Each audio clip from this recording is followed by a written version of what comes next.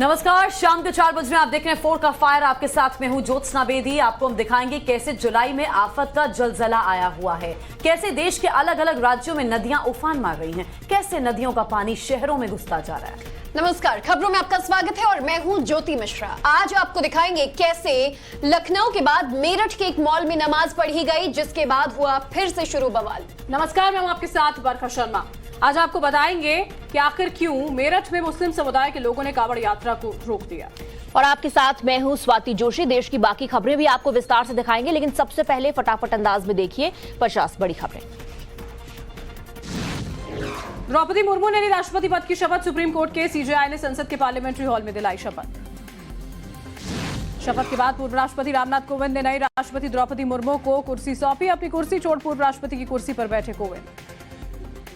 शपथ ग्रहण के बाद राष्ट्रपति द्रौपदी मुर्मू का संबोधन। कहा, मैं देश के ऐसे कालखंड में राष्ट्रपति बनी जब देश आजादी का अमृत महोत्सव मना रहा है।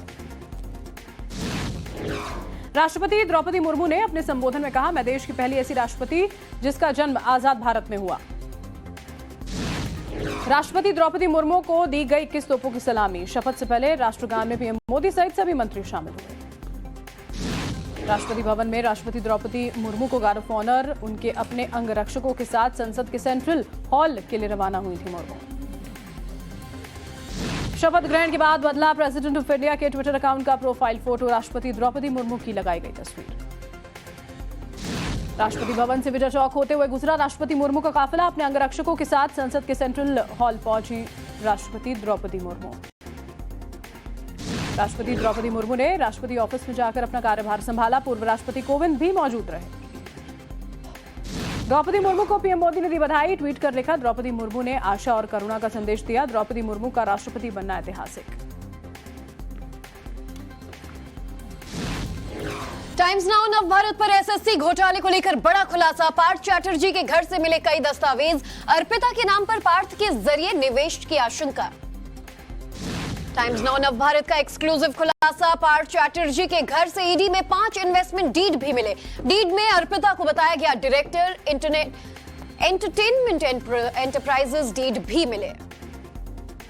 पार्थ चैटर्जी और अर्पिता मुखर्जी की पीएमएलए कोर्ट में आज पेशी। भुवनेश्वर से वीडियो कॉन्फ्रेंस के जरिए मौजूद रहेंगे पार्थ। ईडी की टीम ने अर्पिता मुखर्जी का मेडिकल कराया। आज पीएमएलए कोर्ट में किया जाएगा पेश। पार्थ चैटर्जी को भुवनेश्वर एम्स लेकर पहुंची ईडी की टीम। सीने पर हाथ रखे दिखे ममता के मंत्री। मेडिकल चेकअप के बाद वापस कोलकाता लाया जाएगा। पार्थ चैटर्जी ने अरेस्ट के वक्त 4 बार किया ममता बनर्जी को फोन। ममता बनर्जी ने नहीं उठाया पार्थ का कॉल। ईडी ने ममता को फोन करने की इजाजत दी थी। टाइम्स नाउ नवभारत के पास अरेस्ट मेमो की कॉपी। पार्थ ने अरेस्ट मेमो में ममता का नाम लिखा था। 23 जुलाई को रात 1:55 पर फोन भी किया गया। पार्थ चैटर्जी को लेकर दिलीप घोष का बयान। ममता अब फोन नहीं उठा रही हैं, वो देख रही हैं कि मामला कितना ज्यादा आगे बढ़ चुका है। अर्पिता मुखर्जी पर लॉकेट चैटर्जी का बयान। कहा, हमने नहीं अर्पिता को फिल्मों में देखा, ये पैसे घोटाले के हैं। ममता बनर्जी पर बीजेपी का चौतरफा हमला। अमित मालवीय ने कहा, साजिश की जड़ें गहरी हैं। कटरीना कैफ और विकी कौशल को जान से मारने की धमकी। आदित्य राजपूत नाम की आईडी से मिली धमकी। सेंटा क्रूज पुलिस ने अज्ञात शख्स के खिलाफ मामला दर्ज किया। कटरीना कैफ और विकी कौशल को धमकी देने के मामले में एक आरोपी गिरफ्तार। मनविंदर सिंह नाम के शख्स को पुलिस ने किया गिरफ्तार। श्री कृष्ण जन्मभूमि केस में कोर्ट कमिश्नर नियुक्त करने की मांग पर इलाहाबाद हाईकोर्ट में हुई सुनवाई। दोनों पक्षों की रिपोर्ट मिलने के बाद सुनाया जाएगा फैसला। 2 अगस्त की तारीख तय। नेशनल हेराल्ड केस में कल सोनिया गांधी से पूछताछ। ईडी की पूछताछ से पहले आज कांग्रेस ने बुलाई बैठक। श्रीनगर के लाल चौक में आज तिरंगा रैली में हजारों कश्मीरी शामिल। 700 बाइकर्स हुए शामिल। स्मृति ईरानी ने दिखाई हरी झंडी। दिल्ली में लगातार तीसरे दिन शराब नीति के खिलाफ बीजेपी का प्रदर्शन। मनीष सिसोदिया को बर्खास्त करने की मांग। प्रियंका गांधी का अरविंद केजरीवाल पर हमला। ट्विटर पर लिखा, मानदेय की मांग करने वाली 800 से अधिक आंगनबाड़ी सेविकाओं को बर्खास्त किया। मिशन हिमाचल पर सीएम केजरीवाल। कहा, हम नया हिमाचल प्रदेश बनाएंगे, भ्रष्टाचार खत्म करेंगे। तेजस्वी का जीप को धक्का देते हुए वीडियो वायरल। कुछ दिन पहले बिहार विधानसभा शताब्दी समारोह में पीएम ने तेजस्वी को वजन नियंत्रण में रखने की नसीहत दी थी। सीएम योगी ने पश्चिम यूपी में कांवड़ यात्रा का हवाई जायजा किया, कांवड़ियों पर की पुष्प वर्षा। वहीं पूर्वांचल एक्सप्रेस वे हादसे मामले में सीएम नीतीश कुमार का ऐलान, मृतकों के परिजनों के लिए 2-2 लाख मुआवजे का ऐलान किया। कर्नाटक के तुमकुर में भयानक हादसा हुआ, हादसे का शिकार होने से बचे केएसआरटीसी बस, बाल बचे यात्री। कर्नाटक के कंपली में दूषित पानी पीने से 20 से ज्यादा लोग अस्पताल में भर्ती, एक बच्चे की मौत की खबर।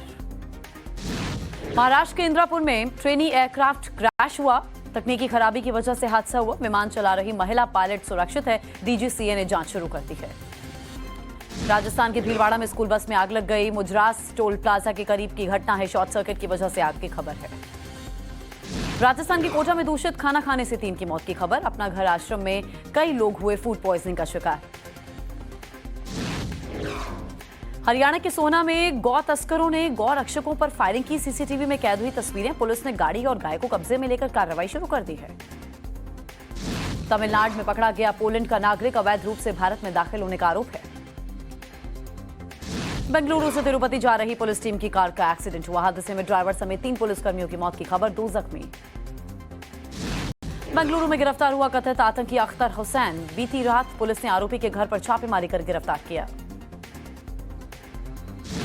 जल्द आएगी पाकिस्तान के पूर्व गेंदबाज शोएब अख्तर की biopic Rawalpindi express, social media पर मोशन पोस्टर शेयर करने के साथ ही घोषणा। टीम इंडिया ने वनडे सीरीज जीतने का बनाया नया वर्ल्ड रिकॉर्ड, वेस्ट इंडीज के खिलाफ लगातार 12वीं वनडे सीरीज जीती, पाकिस्तान का रिकॉर्ड तोड़ा। सीरीज जीतने के बाद टीम इंडिया का सेलिब्रेशन, कप्तान धवन ने पोस्ट किया वीडियो, खुशी से चिल्लाते नजर आए भारतीय स्टार। बंदूक से खेलती नजर आई दीपिका पादुकोण, पठान का मोशन पोस्टर देख उड़े दर्शकों के होश। 7 साल बाद सूरज बड़जात्या करेंगे निर्देशन, नवंबर में रिलीज होगी अमिताभ की फिल्म ऊंचाई। खास कमाल नहीं दिखा पा रही रणवीर कपूर की फिल्म शमशेरा, 3 दिनों में लगभग 32 करोड़ की कमाई की। आज रिलीज हुआ आलिया भट्ट की डार्लिंग्स का ट्रेलर, जल्द ओटीटी पर रिलीज होगी फिल्म। मिलिट्री की वर्दी में नजर आ सकते हैं इमरान हाशमी, जानकारी के मुताबिक फरहान अख्तर की अगली फिल्म में निभा सकते हैं सैनिक का किरदार। एक्ट्रेस कृति सनन फिल्म शहजादा की शूटिंग के लिए दिल्ली में, साल के अंत तक रिलीज होगी ये फिल्म। कृति ने फिल्म पर अब तक नहीं दिया है कोई भी स्टेटमेंट। जेनिफर लोपेज ने कराया न्यूड फोटोशूट, अपने बर्थडे पर फैंस को दिया सरप्राइज। और इस बीच बड़ी खबर आ रही है, देखिए कांग्रेस पार्टी के 4 लोकसभा सांसदों को सस्पेंड किया गया है। हंगामे के बाद सस्पेंड किए गए कांग्रेसी सांसद, तो लोकसभा के ये चारों सांसद बताए जा रहे हैं कांग्रेस पार्टी के ये सांसद हैं। तो कांग्रेस के 4 लोकसभा सांसद सस्पेंड किए गए हैं, हंगामे के बाद इन चारों को सस्पेंड किया गया है। रंजीता हमारे साथ फोन लाइन पर इस खबर पर जुड़ चुके हैं। रंजीता, लगातार हंगामा जारी है देखिए कार्रवाई में, अब 4 कांग्रेस के कौन कौन से ये सांसद है जिनको सस्पेंड किया गया है? बिल्कुल, देखिए महंगाई के मुद्दे पर कांग्रेस पार्टी लगातार कांग्रेस और विपक्षी पार्टियां लगातार सदन में अपना प्रोटेस्ट कर रही थी। हालांकि आज जो लोकसभा के स्पीकर हैं उन्होंने साफ तौर पर ये हिदायत भी थी सांसदों को कि जो फ्लैग कार्ड लेकर के वो हंगामा कर रहे हैं संसद के अंदर, चर्चा जरूर होगी, लेकिन उनको एक तरह से अल्टीमेटम भी दिया गया था कि ये जो हंगामा है ये 3 बजे तक करें, 3 बजे के बाद अगर इस तरह की चीजें निकलेंगी तो उन पर कार्रवाई हो सकती है। इस हिदायत के बाद भी कांग्रेस के नेता जो है वो सदन के अंदर लगातार जो है वो कार्ड लेकर हंगामा कर रहे थे, जिसके बाद ये कार्रवाई हुई है। एक बड़ी कार्रवाई कह सकते हैं। कांग्रेस के जो 4 सांसद जिनको पूरे अब जो बचा हुआ मानसून सत्र है, पूरे मानसून सत्र के लिए सस्पेंड किया गया है। उन नेताओं का नाम है मणिकम टैगोर, ज्योतिमणि, टीएन प्रतापन और रम्या हरिदास। ये 4 कांग्रेस के सांसद हैं। इन चारों सांसदों को जो मौजूदा सत्र चल रहा है उसमें जो बचे हुए दिन है उनके लिए उनको सस्पेंड किया गया है, और ये कहकर किया गया है कि लगातार जो सदन की तरफ से लगातार चेयर पर बैठे हुए व्यक्ति जो है वो लगातार आपको कह रहे हैं कि इस तरह की हरकत ना करे, वो प्रोटेस्ट का अपना तरीका है, उनकी बात भी मानी जाएगी। बिल्कुल रंजिता, अपडेट्स आपसे लेते रहेंगे। बहरहाल ये जो कार्रवाई हुई है इस पर कांग्रेस की तरफ से प्रतिक्रियाएं भी आ रही हैं। कांग्रेस के गौरव गोगोई ने क्या कहा इस पूरे मामले को लेकर, वो दर्शकों को सुनवाते हैं। क्योंकि ये मुद्दा हमारा नहीं, ये मुद्दा इन 4 सांसदों का नहीं, ये मुद्दा पूरे देश का है और देश का आवाज़ उठाने का, देश की जो ये जिम्मेदारी कांग्रेस पार्टी ने उठाई है और इसको हम निभाएंगे। So I just want that all of, क्योंकि ये मुद्दा हमारा नहीं, ये मुद्दा इन 4 सांसदों का नहीं, ये मुद्दा पूरे देश का है और देश का आवाज़ उठाने का, देश की जो ये जिम्मेदारी कांग्रेस पार्टी ने उठाई है और इसको हम निभाएंगे। चले बढ़ते हैं अब आगे। हिमाचल प्रदेश में लगातार 5 दिनों से भारी बारिश का येलो और ऑरेंज अलर्ट जारी किया गया है। मौसम विभाग के मुताबिक पहाड़ी क्षेत्रों में भारी बारिश के कारण भूस्खलन की भी संभावना है। मनाली की ऊंचाई वाले हिस्से पर बादल फटने के बाद ब्यास नदी उफान पर है। नदी के आसपास जो गांव हैं, उसमें रहने वाले लोगों को अलर्ट पर रख दिया गया है। हिमाचल प्रदेश में भारी बारिश हो रही है। मनाली के ऊंचाई वाले क्षेत्र में बादल फटने से नदी नाले उफान पर आ गए हैं। सुबह 3 बजे ब्यास नदी में अचानक बाढ़ आ गई। बाढ़ के पानी की गरज ऐसी थी कि आसपास के लोग डर गए। मनाली के साथ लगते चढ़ियारी में निर्माणाधीन रेस्टोरेंट भी बाढ़ की चपेट में आ गया। गनीमत रही कि रेस्टोरेंट में कोई नहीं था। अचानक नदी का बहाव बढ़ने के बाद रेस्टोरेंट जलमग्न हो गया। सोलंग के ग्रामीण ने कुछ दिन पहले ही अस्थायी पुल बनाया था, वो फिर से बाढ़ में बह गए। ब्यास नदी में जैसे ही पानी बढ़ने लगा, स्थानीय लोगों ने इसकी सूचना प्रशासन को दी, जिसके बाद प्रशासन ने नदी के आसपास गाँव में रहने वाले लोगों को अलर्ट कर दिया। फायर ब्रिगेड की टीम भी नदी किनारे रहने वाले लोगों को सायरन बजाकर सतर्क कर रही है। हालांकि बाढ़ से किसी की जान का नुकसान नहीं हुआ, लेकिन नदी का पानी बढ़ने के कारण आसपास के लोगों की नींद उड़ी हुई है।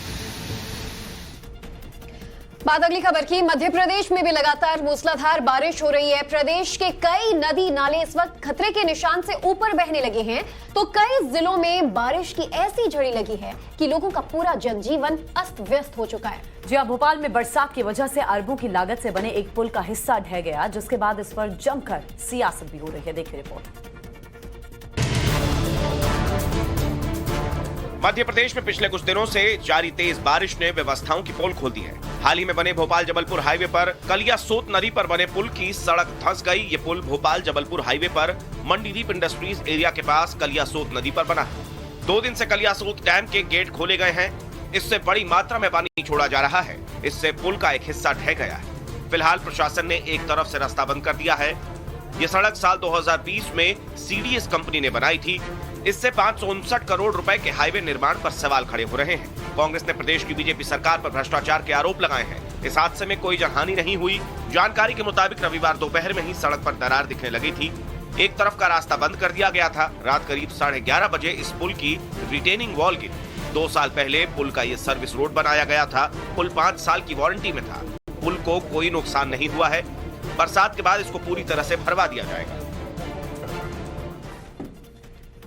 और अगली खबर जम्मू कश्मीर से है, जहां अगले 24 घंटों के दौरान हल्की बारिश के साथ ही आसमान में बादल छाए रहने की संभावना जताई गई है। पहाड़ी इलाकों में जगह जगह बारिश हो रही है। किश्तवाड़ में कुछ दिनों पहले आई बाढ़ की वजह से यहां पर एक अस्थायी पुल जो है वो बह गया था और इस पुल को बनाने का जिम्मा अब सेना के जवानों ने संभाल लिया है।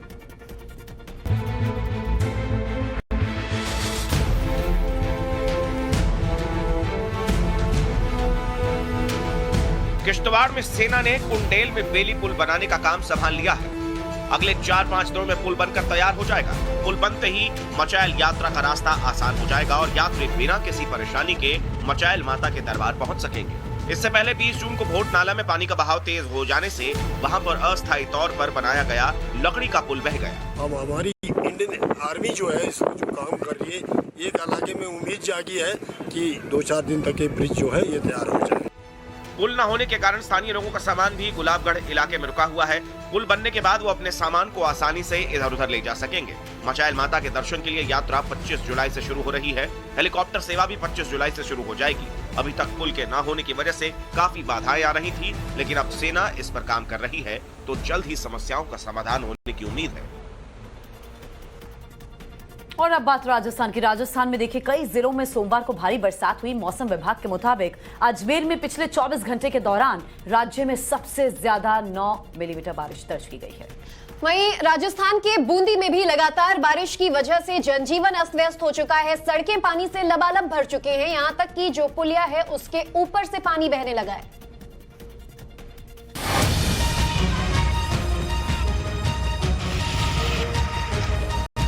राजस्थान के बूंदी में भी 24 घंटे के भीतर 6 इंच से ज्यादा बारिश दर्ज की गई। लगातार बारिश से नदी नाले उफान पर हैं। तालेड़ा नदी में उफान आने से अकतासा पुलिया पर 2 से 3 फीट पानी बह रहा था। तभी यहाँ एक सरफिरा युवक उफनते नाले को पार करने लगा और सैलाब में जा फंसा।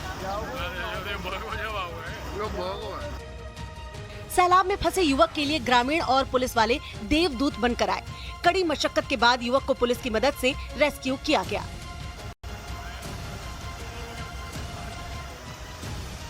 उधर झारखंड माधोराजपुरा में पुलिया को पार करते वक्त एक किसान की डूबने से मौत हो गई। लगातार बरसात से गुंडा बांध के 2 फीट तक 2 गेट खोल दिए गए। निचले इलाकों में अलर्ट भी जारी कर दिया गया है। और वहीं उत्तर प्रदेश के जालौन में अचानक एक मगरमच्छ जो है वो गांव में घुस आया। मगरमच्छ के गांव में आने से हड़कंप मच गया, जिसके बाद मगरमच्छ को रेस्क्यू किया गया। एक मगरमच्छ और उसके पीछे पूरा गांव। इतना ही नहीं, साथ में वन विभाग की टीम। फिर भी काबू पाना बेहद मुश्किल। ये ताकत है एक मगरमच्छ की। तस्वीरें राजस्थान के जालौन की हैं, जहां एक मगरमच्छ ने जमकर उत्पात मचाया। ये तस्वीरें ढगुआ कला गांव की हैं। देखिए कैसे एक मगरमच्छ को पकड़ने के लिए गांव वाले उसके पीछे भाग रहे हैं। इसमें वन विभाग के कर्मचारी भी मौजूद हैं। एक मगरमच्छ ने पूरे गांव को परेशान कर दिया है। ऐसे में सभी लोग रस्सी और डंडा लेकर उसके रेस्क्यू में जुट गए। कई घंटों की कोशिश के बाद मगरमच्छ पर काबू पाया जा सका। दरअसल बेतवा नदी के जलस्तर बढ़ने की वजह से मगरमच्छों की अचानक गांव में घुसपैठ बढ़ गई है। गांव में अचानक मगरमच्छ के घुस आने से इलाके में हड़कंप मच गया। वहीं मगरमच्छ पकड़ने का वीडियो सोशल मीडिया पर तेजी से वायरल हो रहा है। पूरी कार उस पर डूब गई। उर्दू बाजार इलाके में बाढ़ और बारिश से भारी बर्बादी हुई है। सड़क पर कमर तक पानी भरा है और सड़क पर खड़ी मोटरसाइकिलें उसमें डूबी हुई नजर आ रही हैं। और अब एक बड़ी खबर देखिए, बंगाल के शिक्षक भर्ती घोटाले से जुड़ी है। भुवनेश्वर एम्स की तरफ से कहा गया है कि पार्थ को भर्ती करने की जरूरत नहीं है, वो पूरी तरह से स्वस्थ हैं। तो आज भुवनेश्वर एम्स ले जाया गया था पार्थ चैटर्जी को चेकअप के लिए। सवाल तब उठने लगा जब मीडिया को देखकर, कैमरे को देखकर अपने सीने पर हाथ थपथपाने लगे पार्थ चैटर्जी। ये इशारा कर रहे थे कि दिल की तकलीफ है। और ऐसे में अब भुवनेश्वर एम्स के डॉक्टर्स ने ऑफिशियली स्टेटमेंट जारी कर कह दिया है कि पार्थ चैटर्जी को हॉस्पिटलाइज करने की बिल्कुल भी जरूरत नहीं है, यानी कि उनका जो हेल्थ है वो इस वक्त सामान्य है। इस चेकअप के बाद एम्स भुवनेश्वर द्वारा ये बात क्लियर की गई। तमाल साहा इस वक्त हमारे साथ जुड़ रहे हैं ज्यादा जानकारी लेकर। तमाल, कैलकाटा हाईकोर्ट के ऑर्डर के बाद उन्हें एम्स भुवनेश्वर ले जाया गया, जहां डॉक्टर्स उनसे कार्डियो कॉम्प्लिकेशन के बारे में पूछ रहे थे। अब जानकारी मिल रही है कि उनको भर्ती करने की जरूरत नहीं है। देखिए, एम्स भुवनेश्वर के डायरेक्टर की तरफ से जो ब्रीफिंग हुआ उसमें यही लग रहा है कि उनके हॉस्पिटलाइजेशन की जरूरत नहीं है। उनका जो कंप्लेंट्स है उस कंप्लेंट्स के लिए बेसिक मेडिसिन उनको प्रिस्क्राइब किया गया है। वो फिट है वापस जाने के लिए, कलकत्ता वापस जाने के लिए। यानी भुवनेश्वर एम्स उनका हॉस्पिटलाइजेशन नहीं स्वीकार किया है क्योंकि उनका कोई कॉम्प्लिकेशंस उन डॉक्टर के हिसाब से नहीं है। और ये इसी जगह पे सवाल उठते हैं कि कल जो इंसान हॉस्पिटल में भर्ती थे कलकत्ता में, जो खुद को तकलीफ में है ये बता रहे थे, जो आज सुबह मीडिया के सामने अपनी छाती पकड़ के ये जताने की कोशिश की उनके सीने में दर्द है, आज एम्स के डॉक्टर्स कैसे उनको फिट पाते हैं? क्या पार्थाचार्य जी सारी चीज ये झूठ बोल रहे थे? जो सवाल ईडी ने भी उठाया था कोर्ट के अंदर, इसीलिए ईडी ने चैलेंज भी किया था उनका हॉस्पिटलाइजेशन इस स्कीम में। अभी लग रहा है कि एम्स के भुवनेश्वर हॉस्पिटल में उनका कोई एडमिशन नहीं होगा, उनको वापस आना पड़ेगा अगर ईडी चाहे तो। और तमाल, देखिए, हाईकोर्ट की ओर से कल पूरी तरह स्पष्ट कर दिया गया था कि इलाज करवाइए, दिखाइए और उसके बाद वापस आपको उन्हें कोलकाता लाना होगा। आज ही रवानगी हो जाएगी, क्या कुछ जानकारी है? देखिए, अभी उनका जो मेडिकल रिपोर्ट है वो मेडिकल रिपोर्ट कोर्ट में पेश की होगी। आज कोर्ट में उनका फिजिकल अपीयरेंस मैंडेटरी नहीं है क्योंकि हाईकोर्ट ने कहा वो वर्चुअली भी अपीयर कर सकते हैं। लेकिन जहां तक मेडिकल रिपोर्ट्स है वो मेडिकल रिपोर्ट्स कोर्ट के सामने, स्पेशल कोर्ट के सामने पेश करना पड़ेगा ताकि कोर्ट डिसाइड कर पाए कि उनको हॉस्पिटल में रहना या फिर ईडी का कस्टडी में या फिर। चलिए, यानी कि मंत्री जी का झूठ पकड़ा गया है। और जिस तरह से पार्थ चैटर्जी ने मीडिया के सामने नौटंकी की, डॉक्टर्स ने आज उस पर से पर्दा उठा दिया। अपडेट्स लगातार दर्शकों तक पहुंचाते रहेंगे। करेंगे। इस बीच कुछ सुंदर तस्वीरें उत्तर प्रदेश के बागपत से आपके सामने टाइम्स नाउ नव भारत पर। शिव भक्तों पर, कांवड़ियों पर किस तरह से हेलीकॉप्टर के जरिए आज पुष्प वर्षा की गई, ये तस्वीरें इस वक्त आपके सामने हैं। आप देखिए कुछ एरियल शॉट्स, किस तरह से बागपत में आज जो लोग कांवड़ यात्रा निकाल रहे थे उन पर प्रशासन द्वारा पुष्प वर्षा की जा रही है। तो शिव भक्तों का स्वागत किया जा रहा है जो हरिद्वार के लिए निकले हैं, और बागपत की ये तस्वीरें आपको दिखा रहे हैं। यूपी में शिव भक्तों का किस तरह से स्वागत किया जा रहा है। उत्तर प्रदेश के मुरादाबाद में कांवड़ यात्रा रोक दी गई। मुस्लिम समुदाय ने दरअसल अपने इलाके में यात्रा को रोक दिया और पुलिस ने बीच बचाव का रास्ता इस बीच खुलवाया। डीजे बजाने को लेकर इस यात्रा को रोका गया था और यात्रा रोकने पर दोनों पक्षों में तीखी बहस हुई, जिसके बाद पुलिस को बीच बचाव करना पड़ा। मुस्लिम इलाके से यात्रा गुजर रही थी। डीजे बजाने को लेकर दोनों पक्षों के बीच कहासुनी हुई।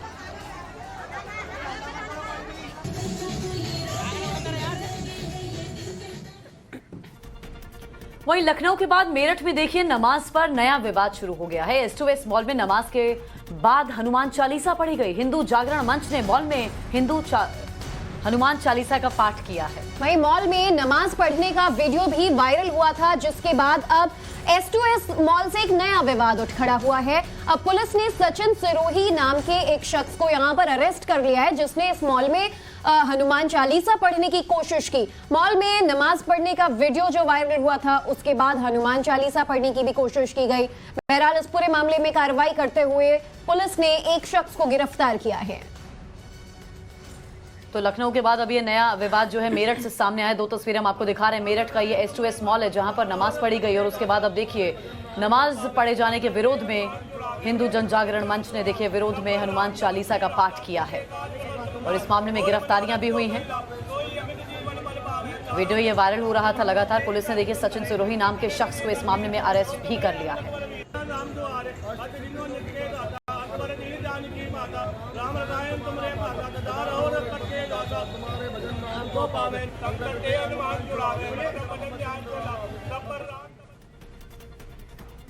वहीं उत्तर प्रदेश के बिजनौर से खबर है, जहां दो सगे भाइयों ने माहौल बिगाड़ने के लिए की गई साजिश का पर्दाफाश किया है।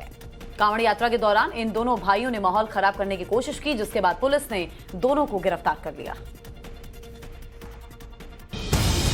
उत्तर प्रदेश के बिजनौर में पुलिस ने सांप्रदायिक सौहार्द बिगाड़ने की कोशिश को नाकाम कर दिया है। पुलिस के मुताबिक दो अलग अलग जगह पर धार्मिक स्थलों में साजिश के तहत तोड़फोड़ की गई। विशेषकर जब कांवड़ का मेला और कांवड़ का रस सबसे ज्यादा चल रहा है, उस समय इस तरह की घटना कारित करा के माहौल को बिगाड़ने की कोशिश की गई है। जानकारी मिलते ही पुलिस एक्शन में आई और दो आरोपियों को गिरफ्तार कर लिया। गिरफ्तार आरोपी कामिल और आदिल सगे भाई हैं। ADG law and order Prashant Kumar के मुताबिक आरोपियों से एजेंसियां पूछताछ कर रही हैं और सभी पहलुओं पर जांच चल रही है। ADG ने कांवड़ यात्रा के दौरान इस तरह की हरकत को माहौल बिगाड़ने की साजिश करार दिया था। साथ ही पूरे मामले की हर पहलू से जांच का दावा भी किया। बिजनौर पुलिस ने पूरे मामले में वक्त रहते आरोपियों को गिरफ्तार कर बड़ा विवाद होने से टाल दिया। खास बात यह है कि आरोपियों ने भगवा रंग का साफा पहना था और जानबूझकर धर्म विशेष के धार्मिक स्थलों में तोड़फोड़ की।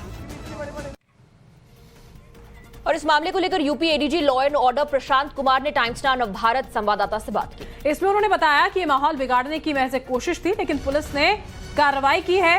हालातों को नियंत्रण में लिया गया। यूपी के ADG लॉ एंड ऑर्डर का बयान यहां पर सामने आया। उनका ये कहना है कि सांप्रदायिक माहौल बिगाड़ने की साजिश ये थी और इसी के तौर पर उसे देखा भी जा रहा। आरोपियों पर संगीन धाराओं में केस दर्ज कर दिया गया है और एजेंसियां पूरे मामले की फिलहाल जांच यहां पर कर रही हैं।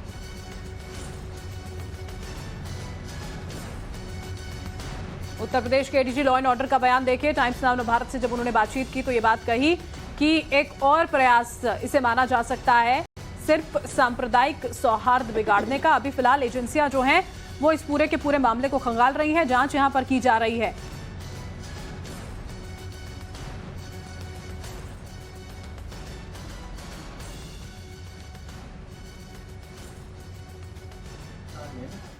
प्रशांत कुमार जी इस वक्त हमारे साथ मौजूद हैं। सर, बिजनौर की जो घटना है उसको लेकर कई लोग ये कह रहे हैं कि एक धार्मिक साजिश थी, एक तरीके से धार्मिक उन्माद फैलाने की कोशिश थी। क्या पूरा मामला था और क्या अभी तक निकल कर आया इसमें? नहीं, स्पष्ट ये वहाँ की शांति व्यवस्था और सांप्रदायिक सौहार्द को बिगाड़ने की कोशिश थी। चूँकि जिन लोगों ने किया उन लोगों ने भगवा साफा भी बांध रखा था तथा उनके द्वारा खुद ही मज़ारों को डैमेज किया गया, वहाँ आगजनी की गई। पुलिस ने और प्रशासन के अधिकारियों ने बहुत ही त्वरित कार्रवाई करते हुए चीज़ों को नियंत्रित किया, उनकी गिरफ्तारी की और उनसे जो प्रारंभिक सूचनाएं प्राप्त हुई उसके हिसाब से उन लोगों ने 3 मज़ारों को डैमेज किया था और सबसे पहले 11:30 बजे दिन में ही एक कर दिया था। तो वहीं अब इस पूरे मामले पर आरोपी के परिवार वालों का भी पक्ष सामने आ गया है। आरोपियों की बहन का कहना है कि उनके भाई की मानसिक हालत ठीक नहीं है। मेरे 3 भाई हैं, एक एक्सपायर हो गए हैं, 2 हैं। एक अभी जब वो एक्सपायर हुए तो वो थोड़ा डिप्रेशन में आ गए। उनको सब तरह मुरादाबाद, दिल्ली वगैरह सब तरह की मेडिसिन कराई, लेकिन उनका दिमाग सही हो गया। फिर उसके बाद फिर हमने कुवैत भेज दिया, फिर कुवैत वालों ने उन्हें रिटर्न कर दिया। उनकी दिमागी हालत देख के उनको रिटर्न कर दिया। अब उन्होंने कल जो गए हैं वो पहले वहाँ पर चले गए। पहले जब उन्होंने मज़ार तोड़ी तो मेरा छोटा वाला भाई नहीं था, वो बाद में गया। लेकिन अगर उनका दिमाग सही होता तो वो भी तो एक मॉमडर है कि हम मज़ार तोड़ पाते या नहीं। और देखिए, पटना टेरर मॉड्यूल की बात कर लेते हैं, जिसमें पुलिस ने 5 लोगों को गिरफ्तार किया है और इसमें एक के बाद एक कई बड़े खुलासे हो रहे हैं। अब इस मामले को पटना पुलिस ने एनआईए को सौंप दिया है। एनआईए साजिश के कई और तार खोलेगी। पटना के फुलवारी शरीफ से आतंक की जो साजिश रची गई थी, अब उस साजिश का पर्दाफाश करने की जिम्मेदारी एनआईए पर है। इस मामले की पूरी जांच का जिम्मा अब एनआईए ने संभाल लिया है। फुलवारी शरीफ से जुड़े सभी केस पटना पुलिस ने एनआईए को हैंडओवर कर दिए हैं। मतलब ये गजवाए हिंद और पीएफआई के टेरर करेक्शन से जुड़ी हर साजिश की पोल अब एनआईए खोलेगी। इस मामले में अब तक पटना पुलिस ने जो भी जांच की है और जो भी सबूत जुटाए हैं वो सभी एनआईए को दिए जा चुके हैं। बता दें कि फुलवारी शरीफ मामले में बिहार पुलिस ने अब तक 5 लोगों को गिरफ्तार किया है, जबकि और आरोपियों की तलाश जारी है। बिहार पुलिस की तरफ से फुलवारी शरीफ में की गई छापेमारी में कई आपत्तिजनक और अहम दस्तावेज बरामद हुए थे, जिनके जरिए 2047 तक भारत को इस्लामिक मूल बनाने की साजिश का खुलासा हुआ है। साथ ही पाकिस्तान और बांग्लादेश से भी आरोपियों के कनेक्शन होने की बात सामने आई है। ऐसे में अब एनआईए पता लगाएगी कि इस साजिश के तार कितने गहरे हैं। वहीं मध्य प्रदेश के शाहजहांपुर में पार्षद की जीत की खुशी में निकाली गई रैली में देश विरोधी नारेबाजी हुई है। इस पूरे मामले में शिकायत दर्ज करवाए जाने के बाद पुलिस ने आरोपी पार्षद समीउल्लाह हमीद को गिरफ्तार कर लिया है। मामले की जांच शुरू कर दी है। पुलिस की गिरफ्त में खड़ा ये आदमी एक दिन पहले पार्षद था। बाकायदा चुनाव जीतकर पार्षद बना, लेकिन अपनी एक गलती के बाद वो जेल पहुंच गया। हम आपको बताते हैं कि एक पार्षद जेल कैसे पहुंचा। दरअसल ये है मध्य प्रदेश के शाहजहांपुर के समीउल्लाह हमीद, जो अपने वार्ड से निर्दलीय प्रत्याशी के रूप में चुनाव जीता। समीउल्लाह के चुनाव जीतने के बाद लोगों ने विजय जुलूस निकाला और उस जुलूस में लोगों ने पाकिस्तान जिंदाबाद के नारे लगाए। लोगों के नारे लगाने वाला वीडियो सोशल मीडिया पर वायरल हो रहा है, जिसके बाद वीएचपी और बजरंग दल की शिकायत पर समीउल्लाह हमीद को गिरफ्तार कर लिया गया। आपको बता दें कि पुलिस ने वार्ड 12 से निर्वाचित पार्षद समीउल्लाह खान को धारा 153B और 188 के तहत केस दर्ज किया था। धारा 153B को राष्ट्रीय एकता के खिलाफ प्रभाव डालने वाले भड़काऊ भाषण देना या लांछन लगाने वाले के खिलाफ लगाया जाता है और समीउल्लाह हमीद पर आरोप है कि विजय रैली में देश विरोधी नारे लगाए गए हैं। ब्रेक के बाद स्वागत। कारगिल में विजय दिवस का समारोह जो है देखिए वो बनाया जा रहा है। तस्वीरें कारगिल में विजय दिवस का समारोह जो है देखिए वो बनाया जा रहा है। तस्वीरें आपको दिखाते हैं।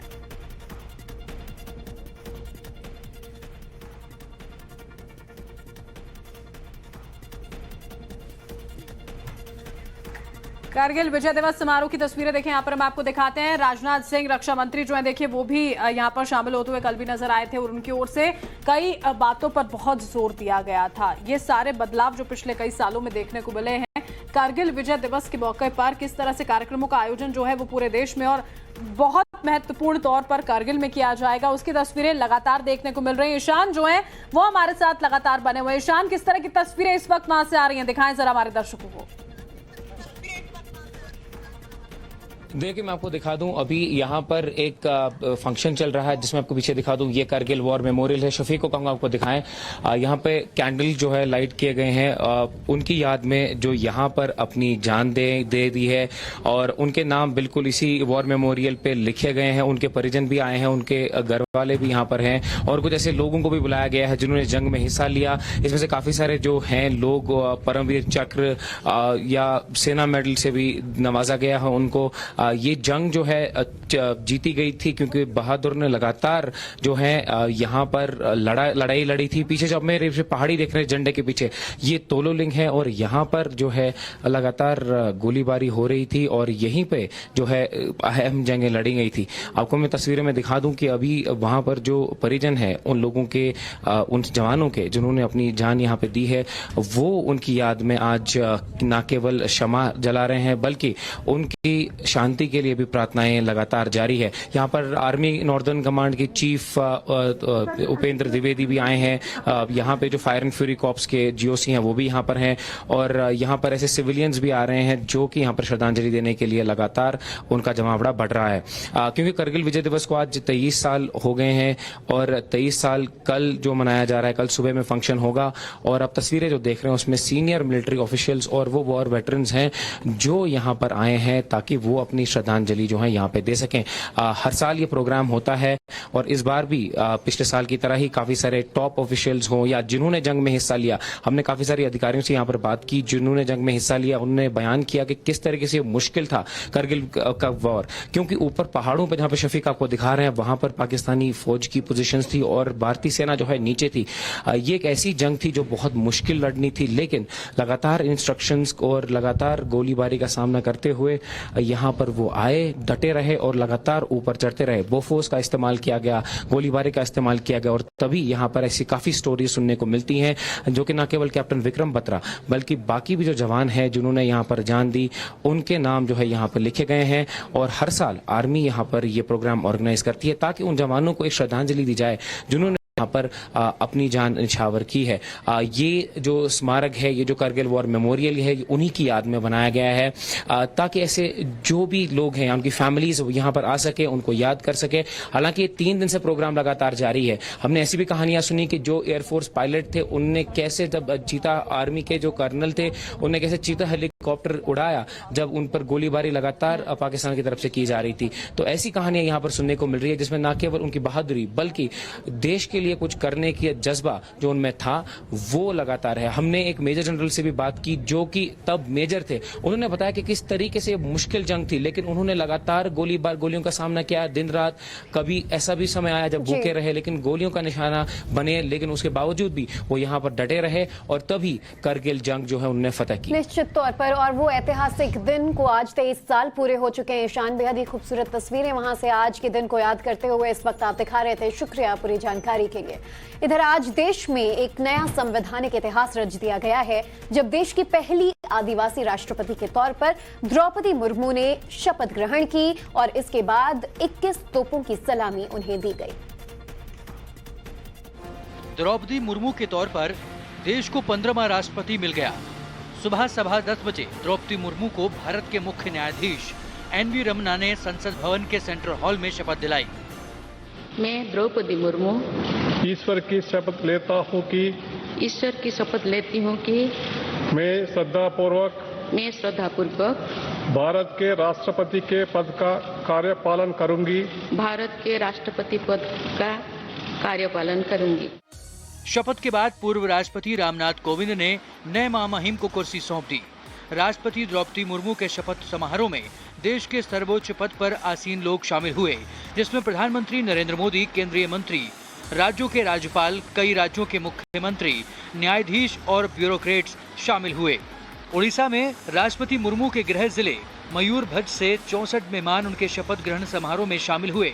शपथ से पहले राष्ट्रपति द्रौपदी मुर्मू राजघाट पहुंची और महात्मा गांधी को नमन कर श्रद्धांजलि दी।